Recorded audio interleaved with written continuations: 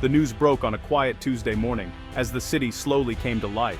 Few could have predicted the headline that would soon ripple across continents. 38,000 Ukrainian women choose Philippines as new home. The words seemed almost surreal, printed in bold across front pages and echoed by news anchors. The world, accustomed to stories of Ukrainian refugees seeking shelter in neighboring European countries, was stunned by this unexpected turn. The Philippines, 8,000 kilometers away? The distance alone made the story extraordinary, raising questions everywhere. Social media buzzed with disbelief and curiosity. Hashtags trended, and comment sections filled with speculation and wonder. How did this happen so quietly, so far from the expected path? Journalists scrambled for answers, piecing together the puzzle late into the night.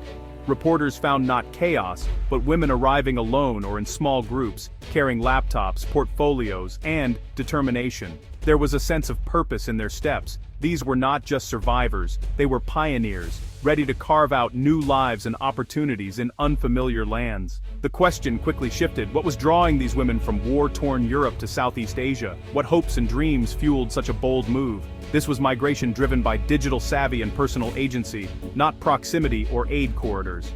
Many were skilled professionals, entrepreneurs, and creatives. The story unfolded not in refugee camps, but in Manila's co-working spaces and Cebu's small businesses, where new communities began to form. As we stand here on Christmas Day, 2025, this story has become part of the Filipino tapestry, a testament to the human spirit's quest for dignity, belonging, and home. It's not just about numbers, it's about the courage to start over, the resilience to adapt, and the hope that bridges cultures. It's about 38,000 women who saw not distance, but opportunity, and who are now helping to write a new chapter for two nations. The first clues didn't come from government officials or embassy announcements, but from the quiet hum of servers and the constant flow of online data, quietly recording every digital footprint. In Singapore, sharp-eyed data analysts noticed something unusual: a digital corridor forming between Eastern Europe and the Philippines, a pattern that couldn't be ignored.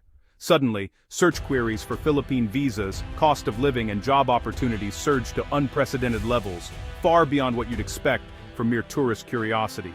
Investigators soon uncovered private online groups, names like Ukrainians in the Philippines and Pinoy Ukraine Friendship, ballooning from a handful of members to thousands almost overnight. Inside these digital communities, women exchanged advice on everything from visa paperwork to finding apartments, and even tips on Filipino customs, building a grassroots digital support system that spanned continents. They relied on translation apps, explored neighborhoods through virtual maps, and held video calls to plan every detail, preparing for a new life before even booking a flight. Airline data revealed a surge in one-way tickets to Manila, while financial records showed a steady stream of money transfers to Philippine banks, signaling real intent to relocate. It was a silent, deliberate exodus, carefully planned and hidden in plain sight, unfolding quietly across the internet as the world looked elsewhere. While global headlines focused on Europe's shifting borders, the real story was being written in binary code, connecting Ukraine's cold, uncertain winters to the Philippines' tropical promise and warmth. When these women finally arrived, they weren't lost or unprepared. They stepped into Filipino neighborhoods as well-informed newcomers, ready to begin a new chapter, one they had already mapped out online. By late 2023, the initial shock of war had faded, replaced by a persistent, heavy reality that settled into the daily lives of many Ukrainian women living abroad. For these women, the uncertainty of displacement became a constant companion, shaping every decision and every hope for the future.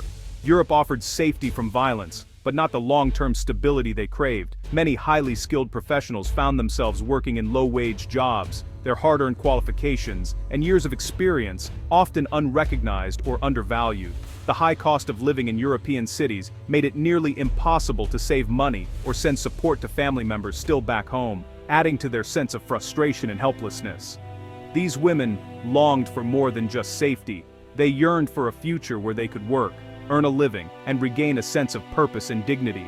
Olena, a graphic designer, recalled, "I was grateful for the shelter, but I was not truly living. I needed to feel useful again, to contribute, to be seen for who I am." The need for agency and self-determination pushed thousands to look beyond Europe, searching for new options and opportunities in distant lands. This wasn't a rejection of European hospitality or kindness, but rather an affirmation of their resilience, ambition, and a determined search for opportunity and belonging. They sought a country that would value their skills, offer a lower cost of living, and see them as assets, people with something to give, not burdens to be carried.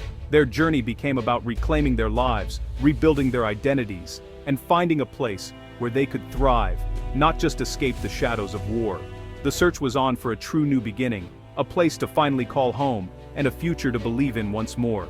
The choice of the Philippines was strategic, not random. The cost of living was lower, making financial independence and remittances possible. English widely spoken lowered barriers for Ukrainian professionals. They could integrate quickly, navigating jobs, rentals, and social life without years of language study. The visa system allowed for longer stays and easier extensions, giving time to find work and stability. Bureaucratic flexibility offered a practical path to legal residency.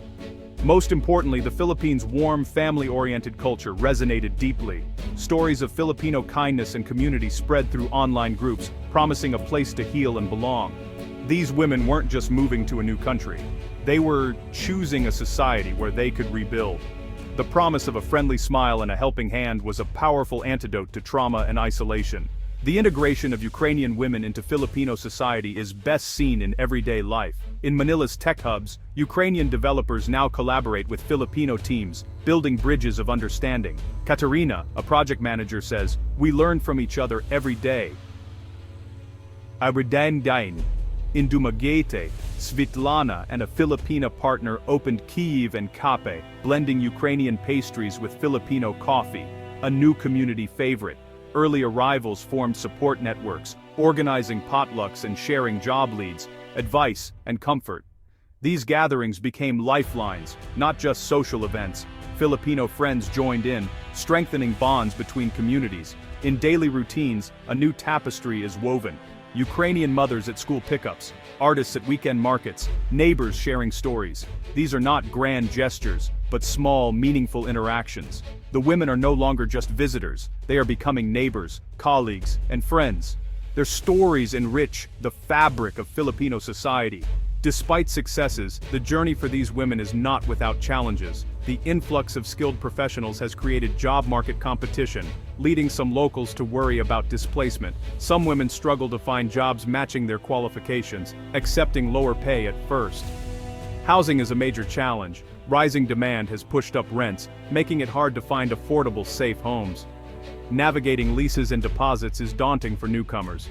Access to healthcare is a concern, especially for those without employer insurance. Visa renewals and work permits, though more flexible, can still be slow and confusing. Misinformation online sometimes sparks prejudice, requiring constant effort to share real stories and foster understanding. Overcoming these hurdles is part of their ongoing integration. Their resilience is tested not just by past trauma, but by present-day realities. These women are not victims, they are architects of their own future. Leaving Europe for the Philippines was a bold, proactive choice. Each woman who booked a flight and learned Tagalog took a step to reclaim her life. Their skills fill gaps in IT, marketing, education, and finance, creating jobs and boosting the local economy. Irina, a software engineer, now employs Filipino developers. Others have started businesses, adding vibrancy and entrepreneurship. Their resilience inspires Filipinos and others facing hardship. They are role models, showing that displaced people are diverse, skilled, and capable of contributing meaningfully.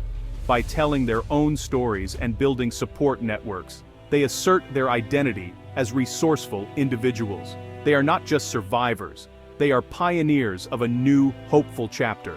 The Filipino response has been overwhelmingly positive, rooted in the nation's spirit of hospitality. Communities have opened their arms, offering rooms, guidance, and invitations to family celebrations. Civic groups and churches organized welcome drives, providing information and a sense of belonging.